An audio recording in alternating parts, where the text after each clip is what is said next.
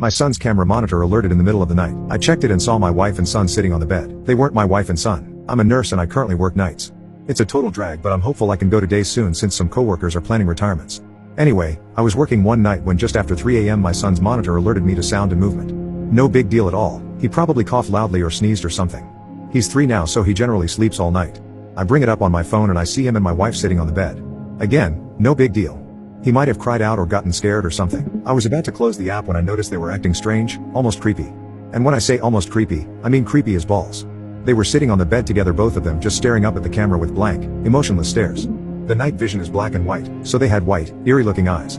They didn't move at all aside from their visible breathing. They just sat there staring at the camera. I close the app and give my wife a call to make sure everything is okay. I never get to call home on lunch, so in a way this is kind of nice to get to talk to my family while at work. It rings a couple times before she answers with a very groggy hello. It was like she was dead asleep when I called and she looked wide awake when on the camera. Hey, you guys okay? Huh? Yeah. Buddy, my son's nickname, came in like 15 minutes ago.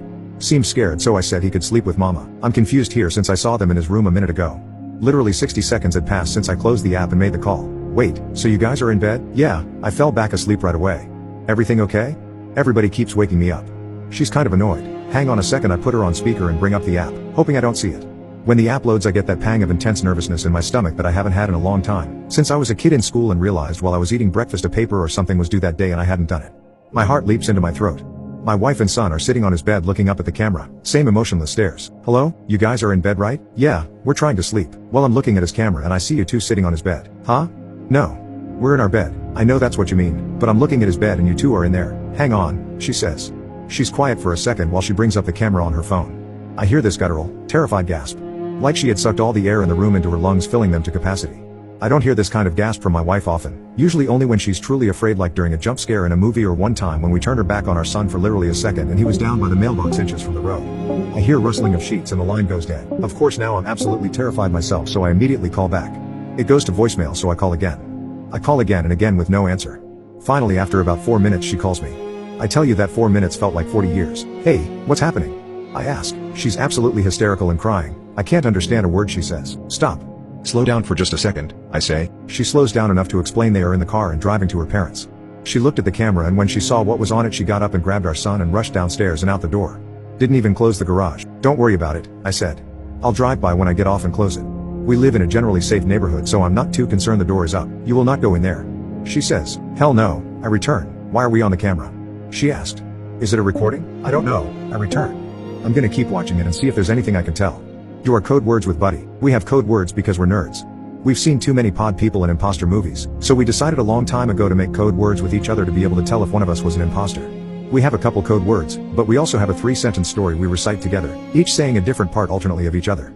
I hear her on the phone saying the things we taught our son. He giggles as he says them. He does every time we practice, since he thinks they're a joke and doesn't have any idea of the real meaning. We're both convinced he's our son. My wife then says our part and I'm convinced she's her. We made up these words as a complete joke to ourselves. I never once in my life ever imagined we'd actually need them. Unreal. She got to her parents safely and it was hard to hang up. I told her we'll figure it out in the morning, hopefully just a glitch. She said she didn't think it was a glitch.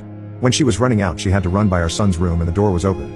There's a little flashing light on the back of the camera that indicates it's connected to the internet. It gives off just enough light that when she ran by, she thought she saw out of the corner of her eye a shadowy outline of what could have been an adult sitting on our son's bed. It sends chills down my spine to think about. Knowing they were safe and out of the house is the only thing that kept me at work that night. It was a long 4 hours, but I kept checking the camera every chance I got. Sure enough, they were still sitting on the bed staring up at the camera with emotionless gazes. I studied them to see if I could see any pattern, from their breathing to their blinking. Their breathing was steady and looked normal. It was their blinking that would tell me if this was just some kind of bizarre, time loop freak accident video or not. I intently stare at my phone and count the seconds between each blink, telling myself if this is a loop then their blinks should be even and occur at the same time each time. There was no pattern to their blinking. It was erratic and random, just as a person blinking should be. The passing hours are what finally sealed the deal that this was not a weird looped video of some kind. My son's window is visible on camera and I can see on camera that it is getting lighter outside his room. His curtains keep out just enough light to prevent the camera from exiting night vision, but lets in just enough to be able to tell the sun is rising. I try to figure out what the hell I'm going to do before I leave work. Calling the police comes to mind, but I talk myself out of it. First of all, what am I supposed to say? Someone is in my house that looks like my wife but isn't? Worse yet, what if they are entities of some kind and the police do go over and it kills them or something? I decide to tell coworker about it. He's a firm believer in the paranormal and might have a suggestion. I show him the video and tell him the story. His initial response of "that's creepy as fuck" doesn't help much, but he says he wants to go over and check it out. He says we both should to see if not my wife will try and act like my wife. I tell him absolutely not, and he says we should at least go to the house even if we don't go in. I agree on that since I wanted to close the garage. We got to my house and walked around the perimeter first. Not sure what we wanted to accomplish by that, but it felt like something we should do. The curtains were all drawn since nobody was there to open them in the morning, so we couldn't see anything. I went to close the garage and suddenly had this overwhelming urge to go inside and investigate. It was like I just had to know what was going on. So in we went. We walked through the kitchen towards the foyer where the stairs are. It's so quiet in our house right now you could hear a feather drop. Forget the pin. We stop at the bottom of the stairs and wait a few seconds. I look at the camera again and they're still sitting there. I've never been so scared in my life. My coworker puts his foot on the first step and I suddenly say stop loudly. Forget this, we're out of here, I tell him. Come on. I start making my way back to the kitchen. We hear a loud creak in the floor from upstairs. It's my son's room. He has a very loud, creaky board right in the middle of his floor that's almost impossible not to step on. My wife and I are still deciding if we ever want to fix it because it will alert us if he's ever up to no good when he gets older trying to sneak out or something. Come on, come on, come on. I yell as I motion for him to move his ass. We're out of the house in about 2 seconds. Out on the street I check my phone. Now only not my son was sitting on the bed, same blank stare. Not my wife was gone. Holy shit. My coworker says, that was stupid as fuck of us. Do not tell my wife we went inside.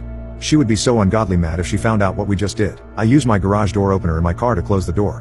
Before we leave I look at the camera again. Not my wife is back on the bed with not my son, both staring blankly up at the camera, blinking every few seconds. That was all about 4 days ago now. Not my wife and not my son are still sitting on the bed staring up at the camera. They haven't moved a millimeter. We obviously haven't gone back to our house. What do we do?